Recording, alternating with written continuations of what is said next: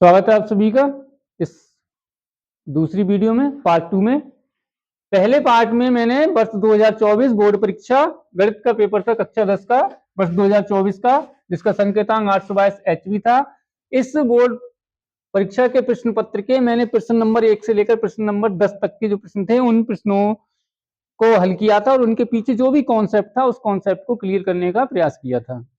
अब इस पार्ट 2 में मैं हल करने जा रहा हूं प्रश्न नंबर 11 से।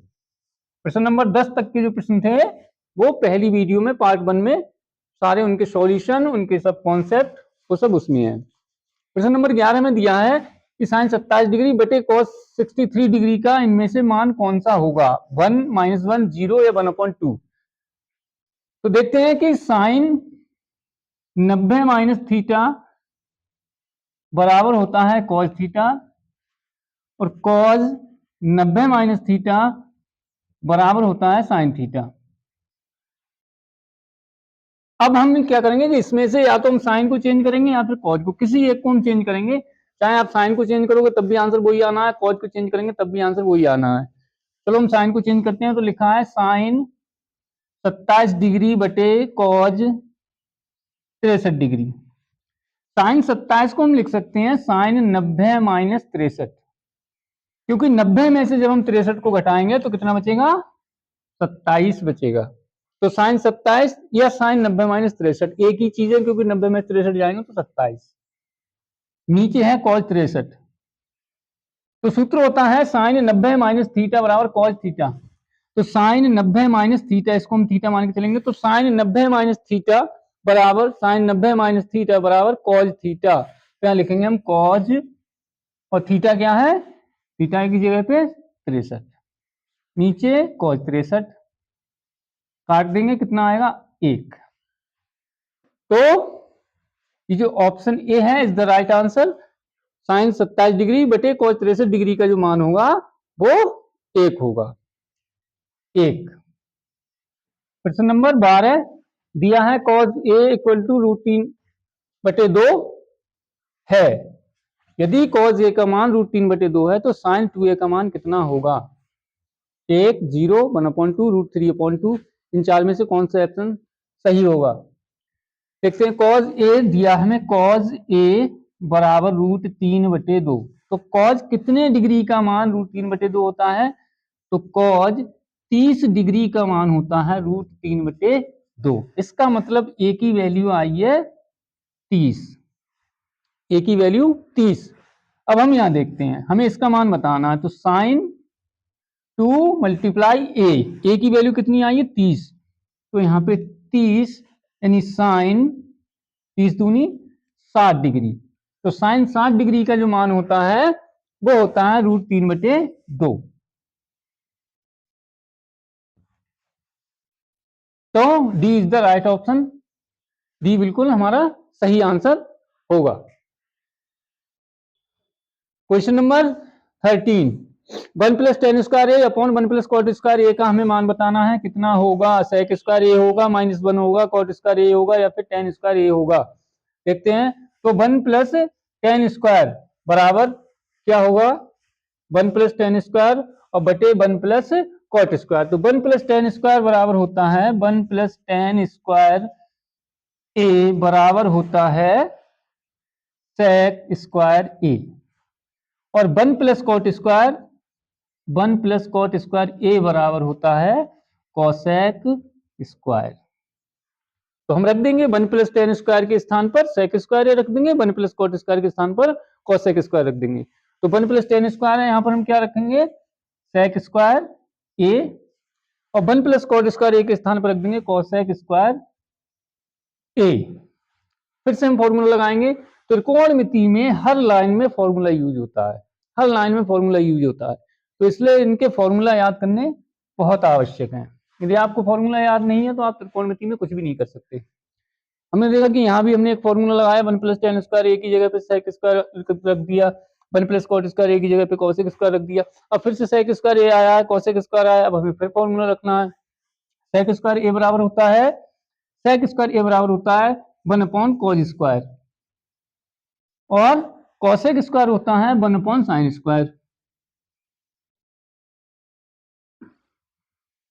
ये अब 1 2 3 4 जब इस तरह की भिन्न आती है कि 1/cos²a/1/sin²a 4 संख्याएं आ जाएं 1 2 3 4 तो जो 1 ये 2 ये 3 और ये 4 ऐसी कंडीशन में हम क्या करते हैं कि 1 और 2 को तो ज्यों की त्यों रखते हैं और 3 4 को उल्टा कर देते हैं। 4 नंबर वाली संख्या ऊपर पहुंच जाएगी, 3 नंबर वाली नीचे आ जाएगी। इन दोनों को सेम रखते हैं तो 1/cos²a गुणा का चिन्ह लगाएंगे, इनको उल्टा करके लिखेंगे, sin² ऊपर जाएगा 1 नीचे आएगा तो sin²a/1 तो sin² गुणा 1 में करेंगे तो आएगा sin²a और cos² की गुणा 1 में करेंगे तो आएगा cos²a। अब sin²/cos² ये होता है tan²a तो इसमें से हमारा D is the right answer, tan²a। 1 + tan²a/1 + cos² का मान जो होगा वो होगा tan²a। प्रश्न नंबर 14 दिया है sin2a = 2 sin a कब सत्य होगा, मतलब ये चीज और ये चीज कब बराबर होगी कि a के स्थान पर हम कितना डिग्री रखते हैं, 0 डिग्री, 30 डिग्री, 45 डिग्री या 60 डिग्री। इस a के स्थान पर कौन सी डिग्री इनमें से हमें रखनी है कि sin2a का मान बराबर आ जाए 2 sin a के मान के बराबर। कब आएगा, देखिए sin2a और 2 sin a इसमें अंतर क्या है।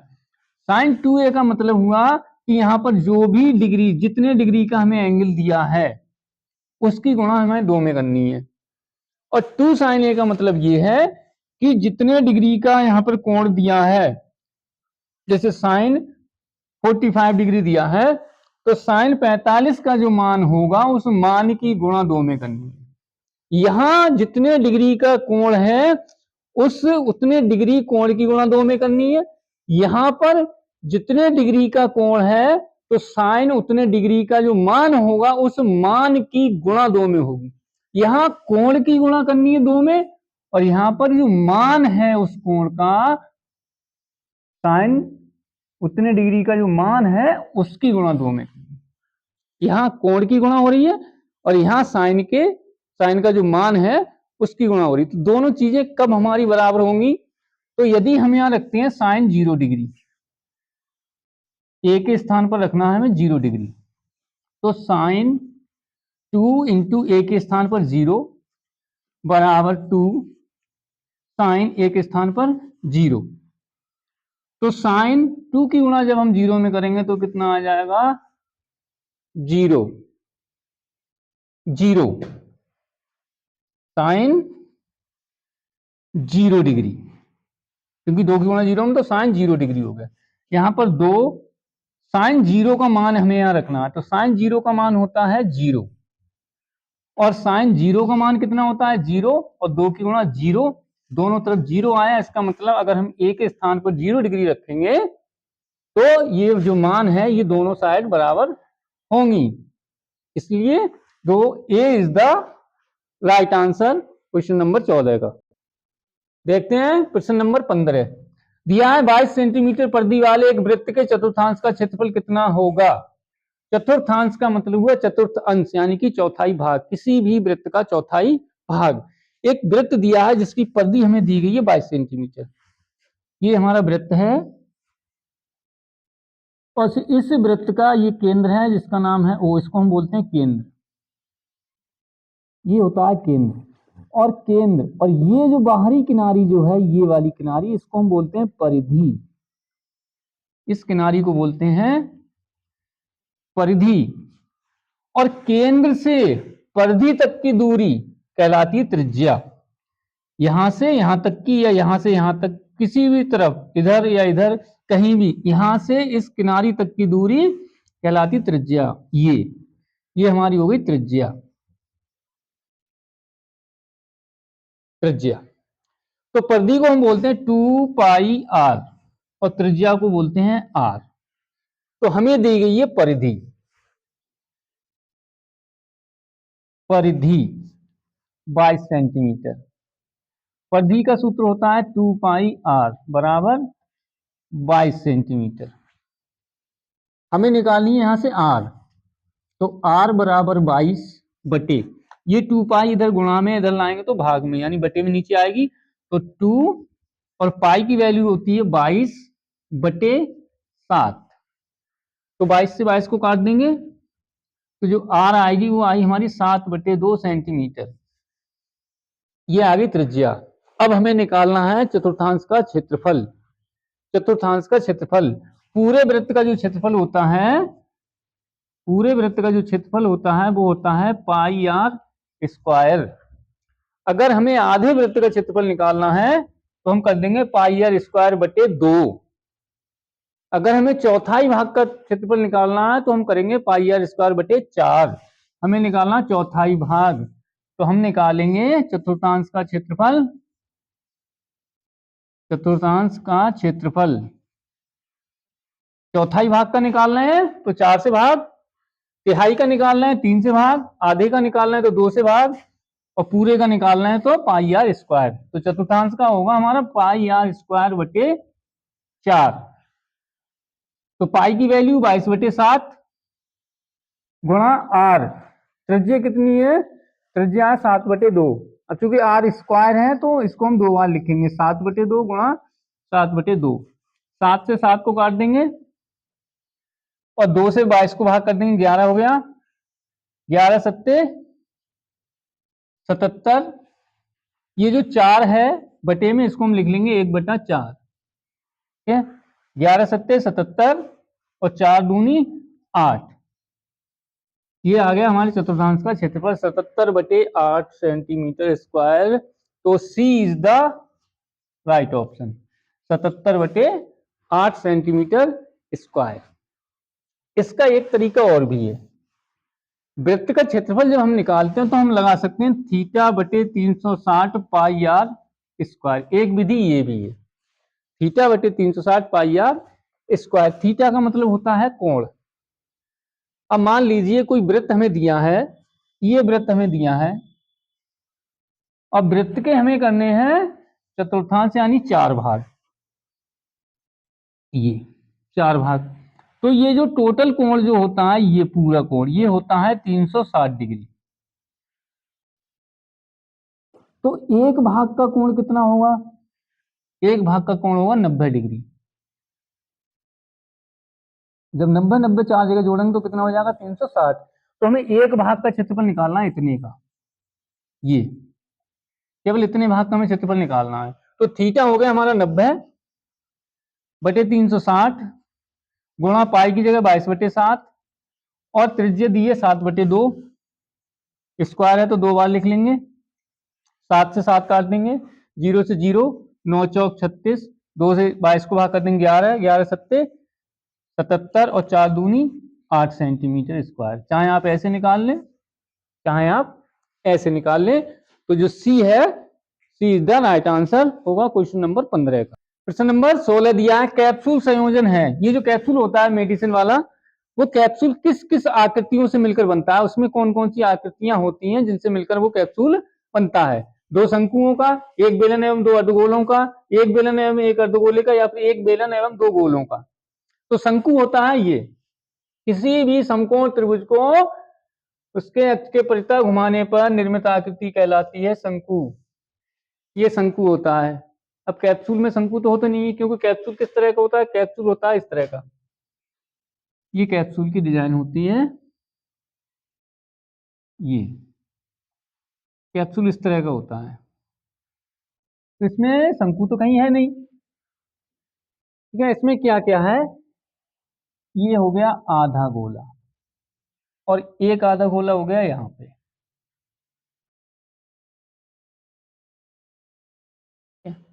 ये अर्धगोला होता है। ये जो आकृति होती है ये होती है अर्धगोला, और जो बेलन होता है वो ये होता है, ये बेलन है। ये शंकु है, ये अर्धगोला है, ये बेलन है। तो कैप्सूल में हम देख रहे हैं, एक तो इसमें बेलन है, ये यहां से यहां तक तो हो गया हमारा बेलन, यहां से यहां तक बेलन है, ऊपर एक अर्धगोला बना हुआ है और नीचे एक अर्धगोला बना हुआ है, आधा गोला नीचे आधा गोला ऊपर और बीच में शंकु है, वो बेलन है। तो ये हमारा हो गया एक बेलन और दो अर्धगोला। एक बेलन और दो अर्धगोला मिलकर क्या बनाते हैं?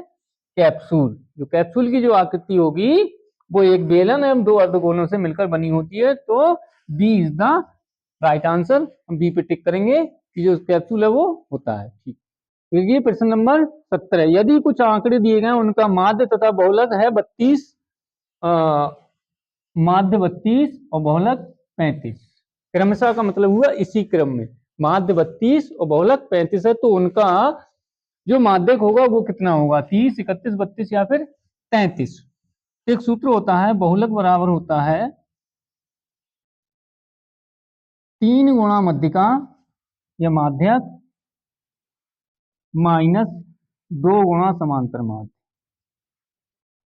ये सूत्र होता है कि अगर हमें समांतर माध्य दिया है और मध्यिका दी है, समांतर माध्य दिया है और मध्यिका दी है, तो हम बहुलक निकाल सकते हैं। बहुलक दिया है, मध्यिका दी है, तो समांतर माध्य निकाल सकते हैं। मतलब बहुलक, मध्यिका और समांतर माध्य, इन तीन में से दो चीज दी है, तो तीसरी चीज हम इस सूत्र की सहायता से निकाल सकते हैं। तो वैल्यू रखेंगे, बहुलक कितना है? बहुलक है हमारा 35 बराबर 3 गुणा मध्यिका दी नहीं है, यानी माध्यक। मध्यिका मतलब माध्यक, तो माध्यक तो हमें निकालना है, तो मध्यिका दी नहीं है, तो मध्यिका यहाँ लिखेंगे हम, मध्यिका माइनस 2 गुणा समांतर माध्य में दिया है, माध्य कितना है? 32 है। तो 35 बराबर 3 गुणा मध्यिका और 32 दूनी हो गया 64, माइनस के 64 है, इधर लाएंगे तो प्लस के 64 हो जाएंगे। तो 35 प्लस 64 बराबर हो जाएगा 3 गुणा मध्यिका। जब हम इनको जोड़ेंगे तो ये आ गया हमारे पास 99 बराबर 3 गुणा मध्यिका, और ये 3 गुणा में है, इधर लाएंगे तो बटे में आ जाएंगे। तो मध्यिका बराबर हो जाएगा, मध्यिका बराबर 99/3 भाग कर देंगे तो 33। जो मध्यिका आएगी वो 33 आएगी। तो D is the right answer. इनकी जो मध्यिका आई है वो 33। देखते हैं प्रश्न नंबर 18। दिया गया निम्नलिखित बारंबारता सारणी का बहुलक वर्ग हमें बताना है। वर्ग अंतराल दिया है 0 से 5, 5 से 10, 10 से 15, 15 से 20, 20 से 25, और जो बारंबारता दी गई है, बारंबारता है 8, 7, 18, 19, 6। 8, 7, 18, 19, 6 गलत हो गया, सेकेंड। 8, 7, 18, 19, 6। तो जो बारंबारता हमें दी गई है, बारंबारता दी गई है 8, 7, 18, 19, 6, और ये वर्ग अंतराल है। हमें बताना है इसमें बहुलक वर्ग कौन सा होगा। बहुत ही आसान है बहुलक वर्ग निकालना। जिसकी बारंबारता सबसे अधिक हो, जिसकी बारंबारता सबसे अधिक हो, वही हमारा बहुलक वर्ग होगा। हम देखते हैं बारंबारता 8 है या 7 है या 18 है या 19 है या 6 है। सबसे बड़ी संख्या कौन सी है इसमें से? 19। तो ये होगा हमारा बहुलक वर्ग।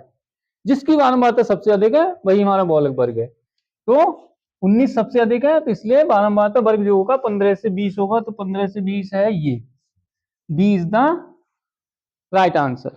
इसमें कुछ नहीं करना है, केवल हमें देखना है किसकी बारंबारता सबसे अधिक है। देखते हैं प्रश्न नंबर 19। दिया है दो 500 को एक साथ उछालने पर दोनों 500 पर प्राप्त संख्याओं का योगफल 10 होने की प्रायिकता होगी। 1/12, 1/6, 1/4 या फिर 1/8। सबसे पहले हम देखते हैं प्रायिकता किसे कहते हैं। प्रायिकता का मतलब है प्रोबेबिलिटी, संभावना। प्रायिकता का मतलब संभावना, किसी चीज के होने की, किसी घटना के घटित होने की जो संभावना होती है उसे कहते हैं प्रायिकता। और प्रायिकता हमेशा 0 से 1 के बीच में ही होती है। किसी भी चीज की, किसी भी घटना के घटित होने की संभावना 0 से कम नहीं हो सकती और 1 से अधिक नहीं हो सकती। किसी की संभावना 0 तो हो सकती है लेकिन 0 से कम नहीं हो सकती। मान लीजिए आज संडे है, आज संडे है, तो इस बात की कितनी संभावना है कि कल मंडे होगा। आज संडे है तो इस चीज की कितनी संभावना है कि कल मंडे होगा। पूरी संभावना है, क्योंकि संडे के बाद हमेशा मंडे ही आता है। तो इसमें जो प्रायिकता होगी वो होगी 1 मैक्सिमम। जिस चीज के होने की, जिस घटना के होने की 100% गारंटी होती है उसकी प्रायिकता 1 होती है। जिसके होने की संभावना बिल्कुल नहीं हो, असंभव, तो वहां हमारी प्रायिकता हो जाती है 0। जैसे आज संडे है तो कल ट्यूसडे होगा, इसकी संभावना कितनी है।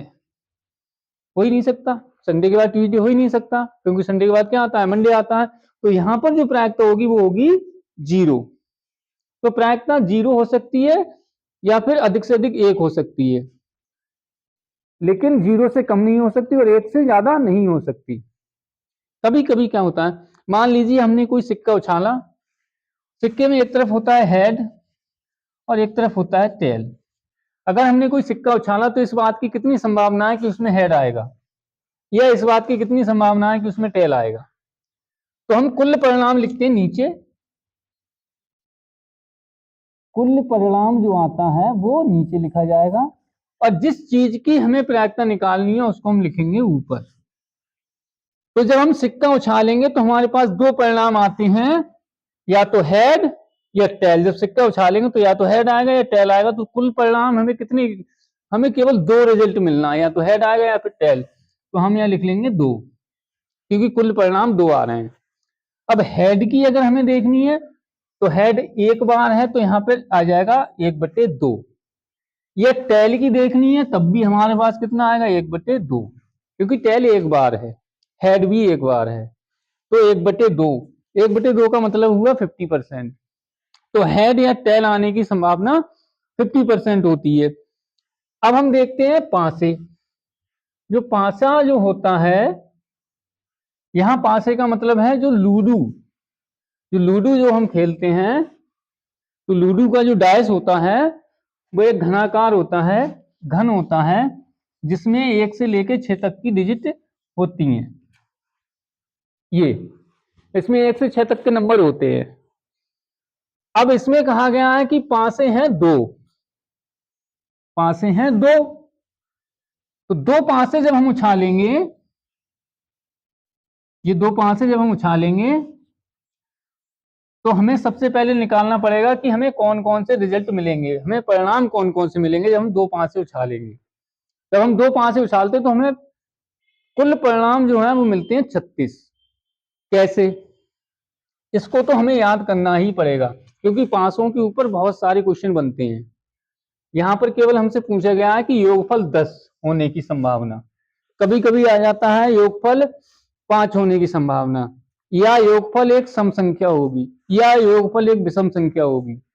लेकिन जो भी क्वेश्चन होंगे 2 पासों से संबंधित, वो तभी हम कर पाएंगे जब हमें इन दोनों पासों की जो कंडीशन है वो पता चल जाए, कि जब हम 2 पासे डालेंगे तो हमारे पास क्या क्या आ सकता है। मान लीजिए हमने पहला पासा डाला, उसमें आया 1, और दूसरा डाला उसमें भी आया 1। तो एक कंडीशन तो ये हो गई। हमने फिर से डाली, एक में आया 1, दूसरे में आया 2, फिर डाला, एक में 1, दूसरे में 3, एक में 1 4, एक 5, एक 6।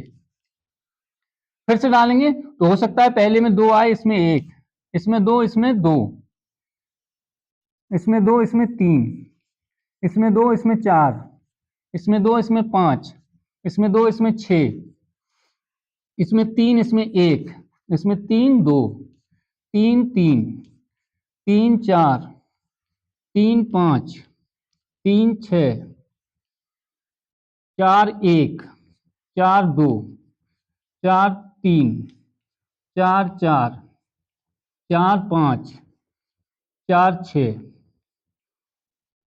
5 1, 5 2, 5 3, 5 4, 5 5, 5 6, 6 1, 6 2, 6 3, 6 4 6 5 6 6। जब हम दो पांचे एक साथ डालेंगे तो इन 36 के अलावा कोई कंडीशन नहीं बन सकती। ये टोटल कंडीशन है, जो हम जब दो पांचे एक साथ डालेंगे तो इन्हीं 36 में से कोई ना कोई कंडीशन बनेगी, इन 36 के अलावा कोई कंडीशन नहीं बनेगी। तो कुल परिणाम आए हमारे पास 36। अब हमें निकालना है कि योगफल 10 होने की प्रायिकता। हम छांट लेंगे इसमें से किन किन को जोड़ के 10 आ रहा है। ये इसमें तो कहीं 10 आ नहीं सकता, 6 और 1 7 मैक्सिमम है जी। 6 और 2 8 है, यहां भी नहीं आएगा। यहाँ 6 3 9 हो रहे हैं, यहां भी नहीं आएगा। यहां हो सकता है, देखो 6 और 4 10 हो गया, एक कंडीशन। फिर 5 और 5 10 हो गया, दो कंडीशन। 6 और 4 10 हो गया, तीन कंडीशन। तीन कंडीशन ऐसी हैं जिसमें कि हमें 10 मिल रहा है।